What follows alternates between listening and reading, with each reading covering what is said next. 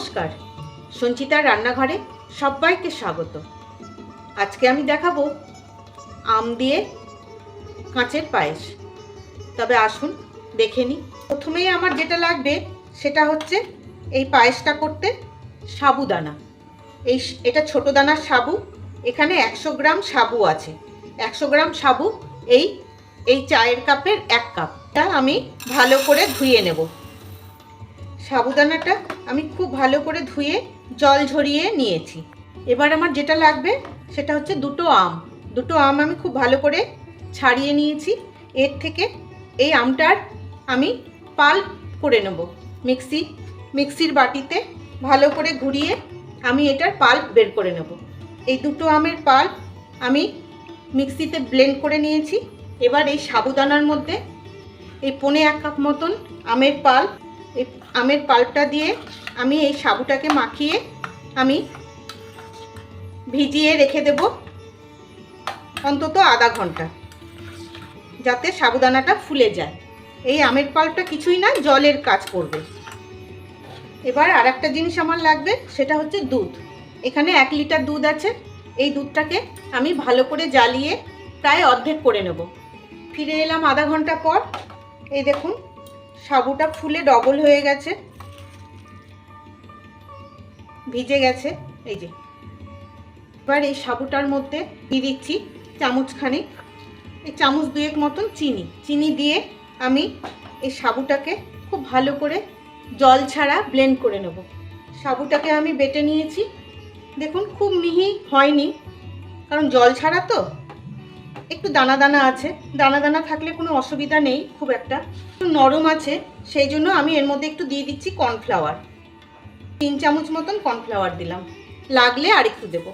দিয়ে দিচ্ছি অল্প একটু ঘি দিয়ে আমি এটাকে একটু ভালো করে মেখে নেব। আমি এইভাবে মেখে নিয়েছি। আমি আর 2 চামচ মতন কর্নফ্লাওয়ার দিয়েছি। এবার হাতে একটু তেল বা ঘি মাখিয়ে ওপর থেকে একটু, এটাকে আর নাড়বো না, এই কর্নফ্লাওয়ারটা ছড়িয়ে এটা জাস্ট ওপর দিয়ে থাকবে। এই হাতে একটু ওপর থেকে একটু তেল মাখিয়ে, হাতে অল্প করে তেল মাখিয়ে এইরকম গোল গোল করে নেব।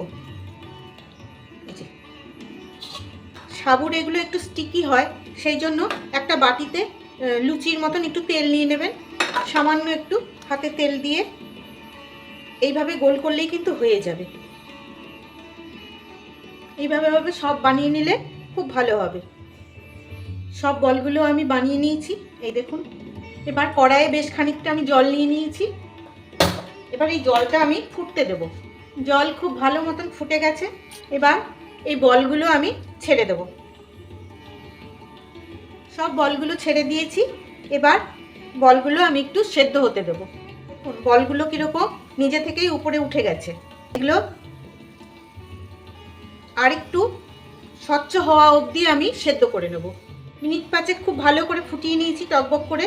দেখুন সাবুর যে সাদা কালারগুলো সেগুলো আর দেখা যাচ্ছে না, একদম স্বচ্ছ হয়ে গেছে। সাবু ফুটলে যেরকম স্বচ্ছ হয়ে যায় সেরকম স্বচ্ছ হয়ে গেছে, খুব নরম হয়েছে। এই যে খুব নরম হয়ে গেছে, একদম স্বচ্ছ হয়ে গেছে দেখুন। আর এটাকে আমি নামিয়ে জলটা ছেঁকে নেব।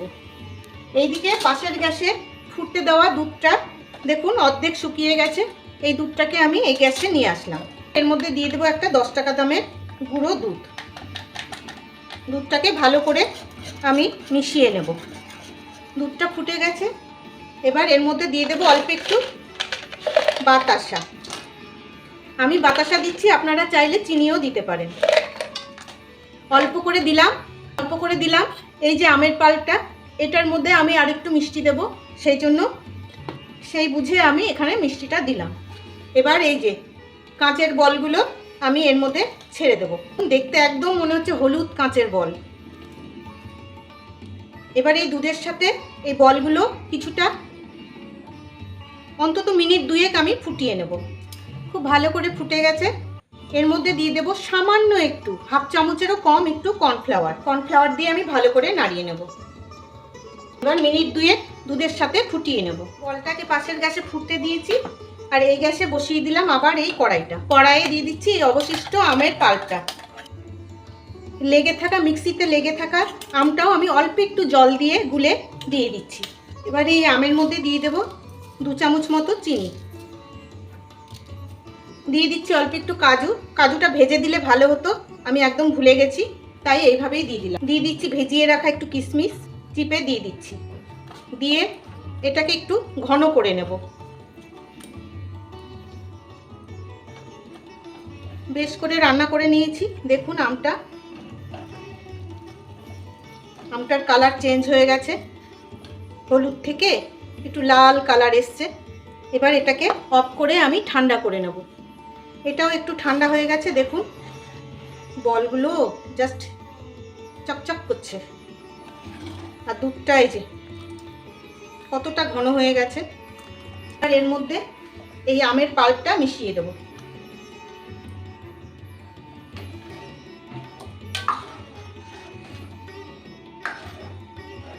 এবার এটাকে ফ্রিজে রেখে ঠান্ডা করে সার্ভ করবেন। যখন ছোট ছোট আমের টুকরো দিয়ে সার্ভ করলেই তৈরি হয়ে যাবে। তৈরি হয়ে গেল আম দিয়ে কাঁচের পায়েস। কেমন লাগলো আপনাদের জানাবেন কিন্তু। আর ভালো লাগলে ইউটিউব থেকে দেখলে একটা সাবস্ক্রাইব, আর ফেসবুক থেকে দেখলে একটা ফলো করে দেওয়ার অনুরোধ রাখছি। আর হ্যাঁ, শেয়ারও করে দেবেন। তবে আজকের মতন আসি, ভালো থাকবেন সবাই।